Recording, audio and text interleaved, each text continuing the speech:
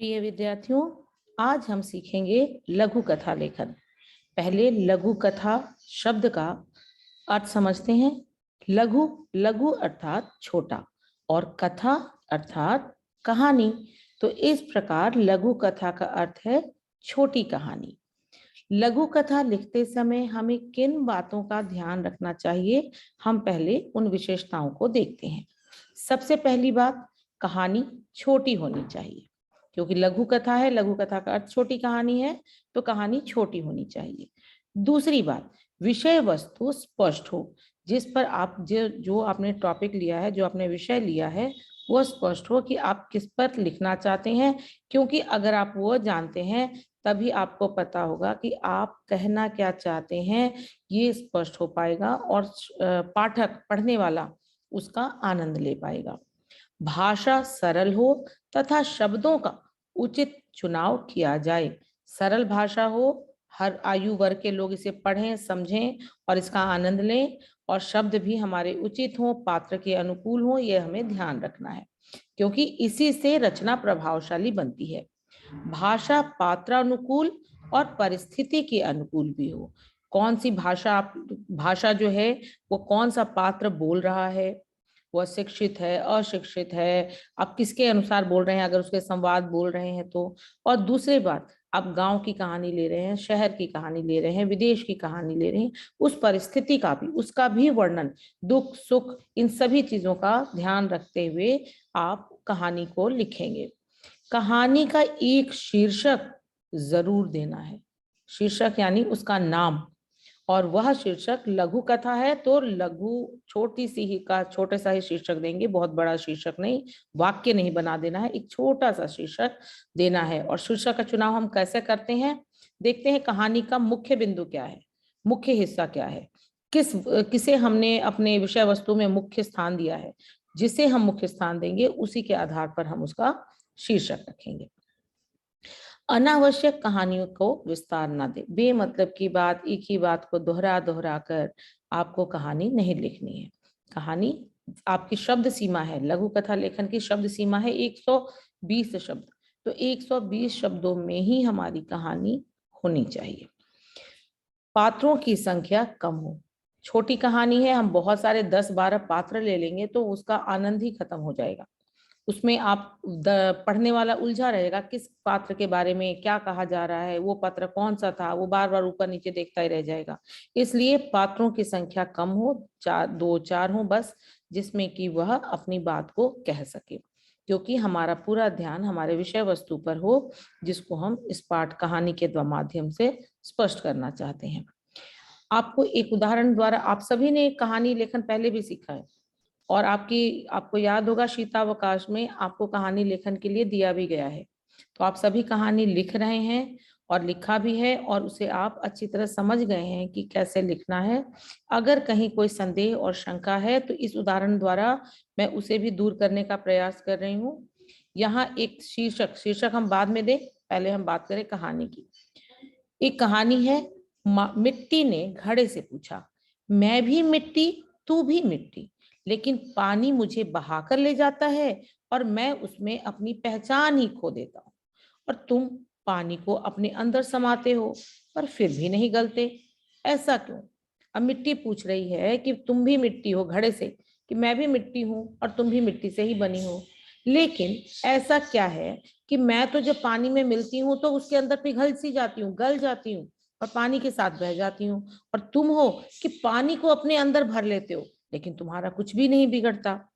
घड़े ने हंसकर कहा, तुम्हारी बात सच है, हम दोनों मिट्टी हैं, लेकिन हम दोनों का जीवन एक दूसरे से बिल्कुल अलग है। देखो, ये बात किस पर की जा रही है, हमारे जीवन पर, कि हम जीवन में जिस तरह से जीते हैं हमें उसी के आदी होते हैं, और जितना संघर्ष करते हुए हम जीवन जीते हैं उतना ही हम जीवन में आगे मुश्किलों को सहते हुए अपने लक्ष्य को प्राप्त कर लेते हैं। तो उसने कहा क्या, मेरे जीवन में संघर्ष है, मुझे पहले पानी में भिगोया जाता है, फिर पैरों से रौंदा जाता है, रौंदना यानी उसको पैर से चल चल के उस पर कुम्हार चलता है, उसको मैश करता है, उसको रौंदना, और फिर कुम्हार के चाक पर चढ़ाया जाता है। चाक जानते हो, गोल वाला, जिस पर ऐसे हाथ से मारते जाते हैं, वो गोल घूमता जाता है और ऊपर से घड़े वाला उसको आकृति देता जाता है घड़े की, तो वह चाक पर चढ़ाया जाता है। मैं कुम्हार की थपकी की चोट भी सहता हूँ और आग की तपन को भी। वो थपका थपका के एक हाथ से मार मार के उसको आकार देता है, तो कहता है उसकी वो मार भी सहता हूं मैं, और फिर मुझे आग में पकाया भी जाता है। इस प्रकार संघर्ष करता मैं पानी को अपने अंदर भर लेने की ताकत पा लेता हूँ। कहता है और इस तरह वह मजबूती मुझे प्राप्त होती है कि मैं अपने अंदर पानी को भरता हूँ, लेकिन मैं गलता नहीं हूँ।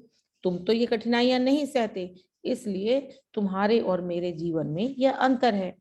अतः जीवन में संघर्ष ही हमें जीवन की नई राह दिखाती है और मजबूत बनाती है। और इस तरह से स्पष्ट किया गया कि जीवन में जो संघर्ष हम करते हैं, उसी संघर्ष से हम अपनी राह पर आगे बढ़ते हैं और जो मुसीबतें हमारे जीवन में आती हैं, उससे लड़ने के लिए हम तैयार होते हैं। तो संघर्ष के महत्व को बताया गया, इसीलिए इसके आधार पर इसका शीर्षक दिया गया संघर्ष का महत्व।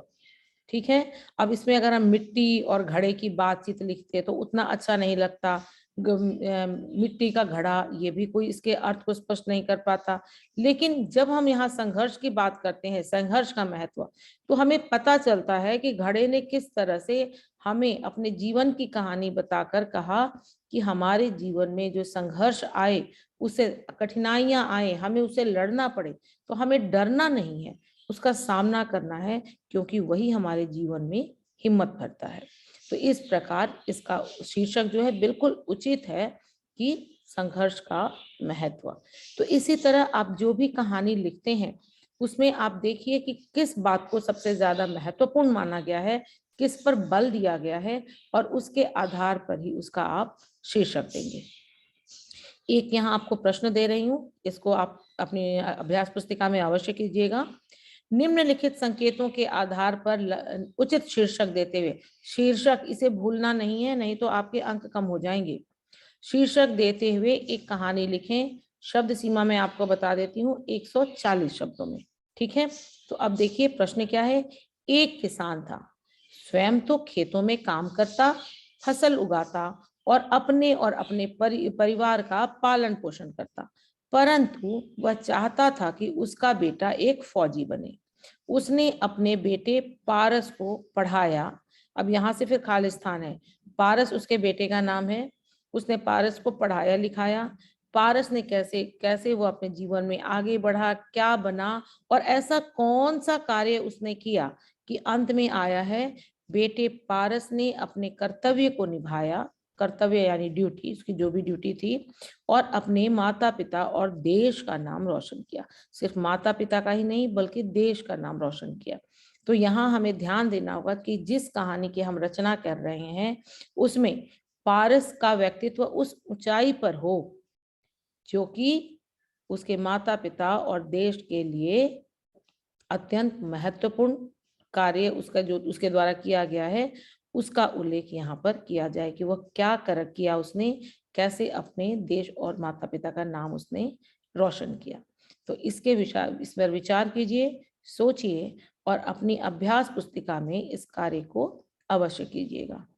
प्रश्न से इससे संबंधित, लघु कथा लेखन से संबंधित यदि कोई प्रश्न हो, कोई संदेह हो, तो आप मैसेज करके, कॉल करके अथवा अगली क्लास में अवश्य पूछिए। किसी तरह का संदेह नहीं रहना चाहिए, क्योंकि वह संदेह फिर आपको परीक्षा में आपके सामने कठिनाई खड़ी हो जाएगी। इसलिए इन सभी का ध्यान रखते हुए तैयारी कीजिए। धन्यवाद।